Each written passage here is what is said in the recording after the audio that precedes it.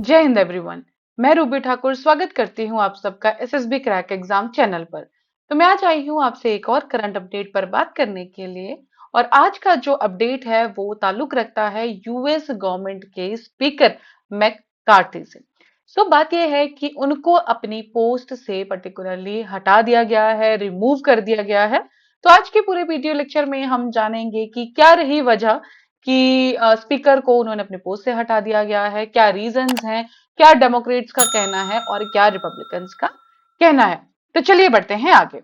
पहली बार 234 साल की हिस्ट्री में यूएस में पहली बार ऐसा हुआ है कि एक स्पीकर को उनकी पोस्ट से हटा दिया गया है। तो अभी जो वहां पर स्पीकर थे वो थे मैककार्थी, और अभी भी हमने कुछ टाइम से हम यूएस की गवर्नमेंट में बहुत ज्यादा हलचल देख रहे हैं।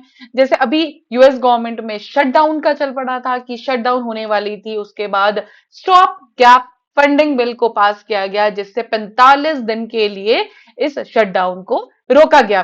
तो ये भी कुछ रीजंस बने हैं इनके रिमूवल के, चलिए जानते हैं डिटेल में।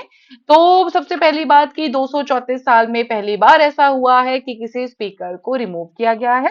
और अगर वोट्स की बात करें तो 216, बेसिकली 8। देखिए मैककार्थी जो हैं वो बिलोंग करते हैं रिपब्लिकन पार्टी से, लेकिन फिर भी उनको रिपब्लिकन पार्टी से भी 8 वोट मिले हैं उनके रिमूवल के लिए। मतलब उनकी खुद की पार्टी में भी कुछ लोग थे जो उनको नापसंद करते थे। और डेमोक्रेट से तो हम जानते हैं 208 वोट से इनका पर्टिकुलर पूरे मोशन को पास कर दिया गया और इनको रिमूव कर दिया गया। तो रीजंस अगर बात करें कि पूरा का पूरा जो सिलसिला स्टार्ट हुआ था, ये लॉन्च किया गया था, जो इनके रिमूवल की बात की गई थी वो लाया गया था मैट गेट्स के द्वारा।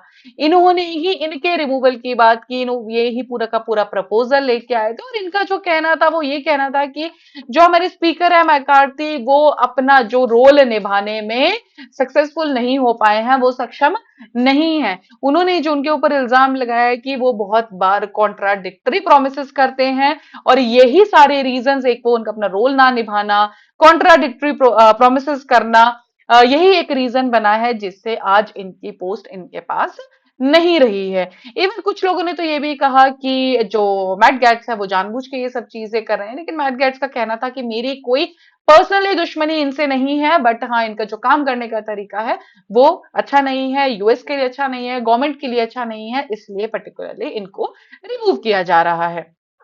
अगला रीजन जो बेसिकली डेमोक्रेट्स ने, जो हमने देखा कि 208 वोट्स जो अभी इनको मिले हैं जो रिमूवल के लिए, तो बात ये थी कि अभी हाल ही में एक इनका जो शटडाउन का चल रहा था, यूएस गवर्नमेंट शटडाउन होने वाली थी, तो उसके अंदर जो स्टॉप गैप फंडिंग बिल लाया गया, तो डेमोक्रेट्स का कहना ये था कि हमें जो उसको पढ़ने का टाइम नहीं दिया गया।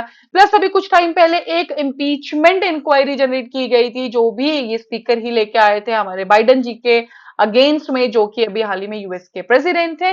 तो ये सब चीजें जो डेमोक्रेट्स का गुस्सा, बाकी कुछ चीजों में इनका काम करने के तरीके के ऊपर भी डेमोक्रेट्स ने कहा है कि हमें ये कुछ रीजंस है जिस वजह से हम इनको इस पोस्ट से रिमूव कर रहे हैं।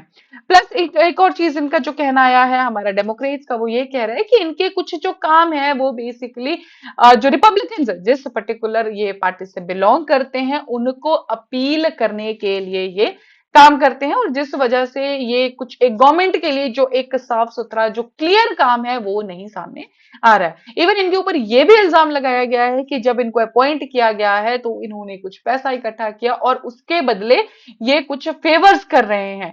तो ये सारे के सारे इल्जाम लगाए गए, और पर्टिकुलर इनका जो रेजोल्यूशन था, जो प्रपोजल था, जो मैट गेट्स लेके आए थे इनके रिमूवल के लिए, वो पास हो गया और अभी इनको रिमूव कर दिया गया। और पहली बार यूएस में अराउंड 234 ईयर्स की हिस्ट्री है यूएस की, पहली बार किसी स्पीकर को रिमूव किया गया है उनकी पोस्ट से।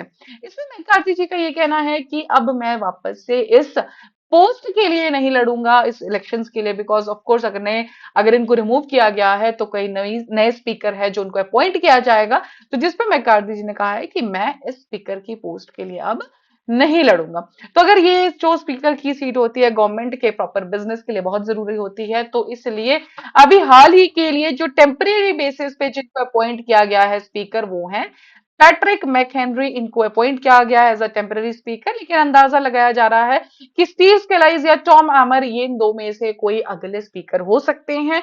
अभी कोई पब्लिकली अनाउंसमेंट नहीं आई है, बट हाँ अभी के लिए जो अंदाजा, जो रिपोर्ट से हमें पता लग रहा है वो यही है कि अगले जो स्पीकर यूएस गवर्नमेंट को हेड करेंगे वो कौन हो सकते हैं, या तो स्टीव स्केलाइज या टॉम आमर। अभी फिलहाल कुछ टेम्पररी बेसिस के लिए जो अपॉइंट किए गए हैं वो है Patrick McHenry. So that was all related to this particular news update. अभी आप स्क्रीन पे देख रहे होंगे एसएसबी इंटरव्यू के कोर्सेज। तो एसएसबी क्रैक एग्जाम तैयारी कराता है आपको वेरियस ऑनलाइन कोर्सेज, जो सारे के सारे ऑनलाइन कोर्सेज हैं, और इंटरव्यू की आपको तैयारी कराई जाती है। हर मंथ हमारे बैचेस बैठते हैं, आप जरूर ज्वाइन कीजिए। नेक्स्ट अभी आप स्क्रीन पे देख रहे होंगे कुछ डिफेंस एग्जाम्स के कोर्सेज, एनडीए, सीडीएस, एफकैट। तो एसएसबी क्रैक एग्जाम तैयारी कराता है आपको हर एक एग्जाम की जो कि डिफेंस एग्जाम से रिलेट करता है। इन सारे कोर्सेज में आपको काफी हाई क्वालिटी कंटेंट मिलेगा, बहुत ही ज्यादा अफोर्डेबल रेट्स में आप लोगों के लिए रखे गए हैं। तो आप इसमें एनरोल कीजिए, आपकी पूरी की पूरी तैयारी के लिए बहुत ज्यादा हेल्पफुल साबित होंगे। जब आप एनरोल करें तो उस पर्टिकुलर टाइम पे ये जो कोड है, डिस्काउंट कोड वॉरियर 10, ये लगाना ना भूलें। जैसे ही आप इस कोड को अप्लाई करेंगे आपको मिलेगा 10% का of. So that's all for the day. Thank you so much. जय हिंद, जय भारत। अगर आप एक डिफेंस एस्पिरेंट हैं और SSB interview, NDA, CDS, AFCAT जैसे एग्जाम्स के लिए प्रिपेयर कर रहे हैं तो आप एसएसबी क्रैक एग्जाम्स के कोर्स को चेक करना ना भूलें। आप हमारी लर्निंग एप्लीकेशन को गूगल प्ले स्टोर से भी डाउनलोड कर सकते हैं।